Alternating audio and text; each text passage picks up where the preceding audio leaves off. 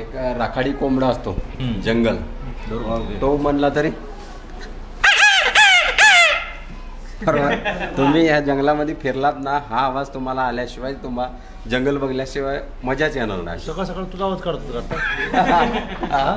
मी म्हणलं कुठले बघ म्हणजे घर बंदूक बिर्याणी 3 स्टेप मध्ये बसला. अशा पद्धतीने हा रान कोंबडा आहे. अच्छा. आणि त्यानंतर म्हणलं तर पोपट असं बोलतो. म्हणजे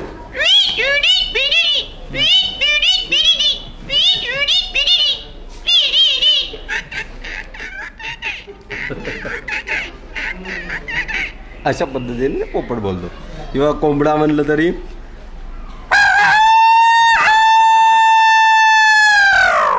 त्याची कोंबडी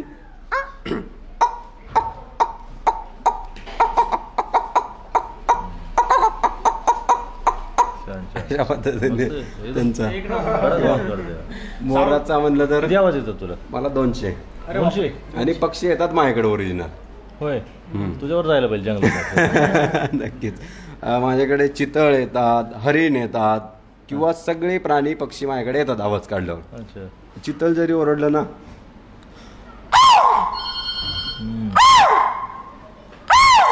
अशा पद्धतीने ते ओरडत असतं. किंवा मोर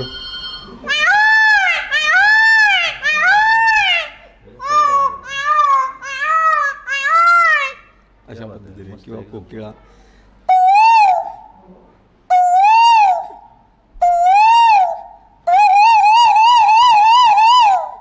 आणि चिमणीच्या आवाजामध्ये घर बंदूक बिर्याणी म्हणलं तर असं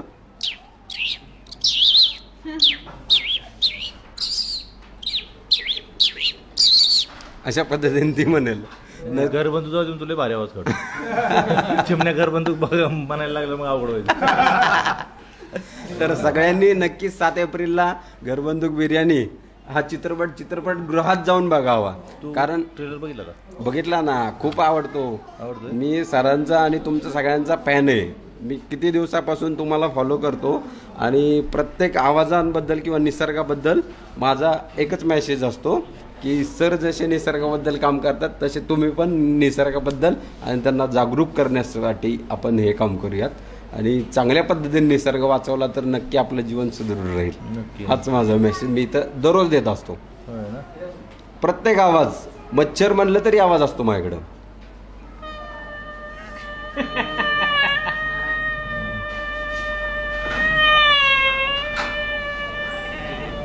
अशा पद्धतीने लहान मुलगा जेव्हा बोलेल ना असं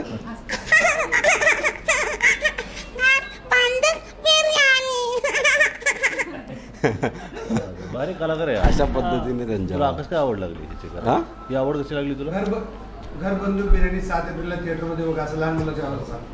घर बंदूक बिर्याणी 7 एप्रिलला नक्की चित्रपटगृहात बघायला विसरू नका.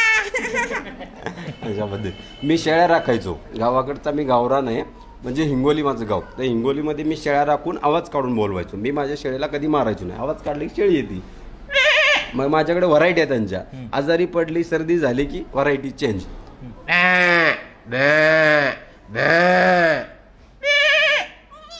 पिल्लू. आणि सगळ्यात जवळची मैत्रीण म्हणजे म्हैस.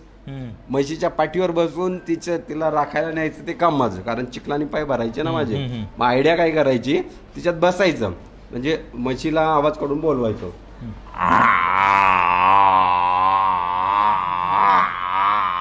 म्हैस येणार. त्याचा अर्थ काय पलीकडे जायचं. आणि रेड्याचा आवाज काढला की अजून जास्त येतात. बस. म्हशी जास्त बोलतात पण रेडे कमी बोलतात. बस एवढंच. अशा पद्धतीने ह्या आवाजांची म्हणजे मी शिकत गेलो. आणि सरांचा संपर्क आता भरपूर दिवस झाले, 10 वर्षाच्या वरती गेलं. आम्ही कंटिन्यूस सरांसोबत असतो. आता तुमच्याही सोबत.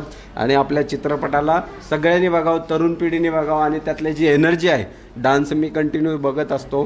आहा हेरो, त्या पद्धतीने माझ्याही मनात तो डान्स मी करत असतो. मनातल्या मनात खूप चांगलं आहे. हे पक्ष्यांचे आवाज काढतो ना, स्वतःला मी इमॅजिन करतो की मी तो कोंबडा आहे, मी तो पक्षी आहे, मी ते आहे सगळं काय.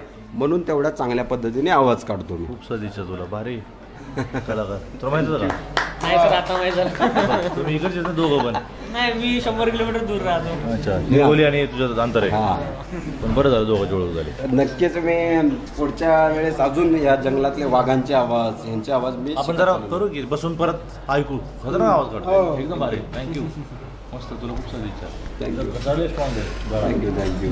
प्रत्येक चेन जरी असेल ना असे चेन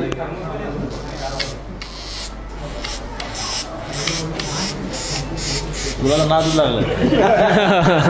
साऊंड इफेक्ट म्हणून यांचा यूज करू शकता मूवीमध्ये एडिटिंगसाठी. छान छान.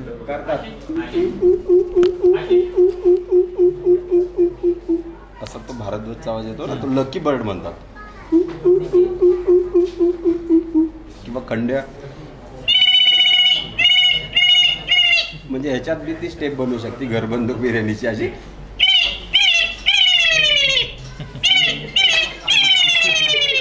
कारण जस्ट बनवली. छान छान छान छान मस्त मस्त. बरं तर थँक्यू. तुम्ही पाहिल्याच असाल आवाजांचा कलाकार म्हणजे किती 200 आवाज राईट. 200 पेक्षा जास्त आवाज काढता येते दादाला. आणि भाऊ इथलेच तुम्ही इथलेच ओके. अवेअरनेस साठी मी आहे. हां. पक्षी प्राणी वाचवा आणि जंगल वाचवा याच्यासाठी मी काम करत असतो कंटिन्यू. खूप छान खूप छान खूप छान. आणि सर थँक्यू सो मच. एक फक्त आपल्या लोकांना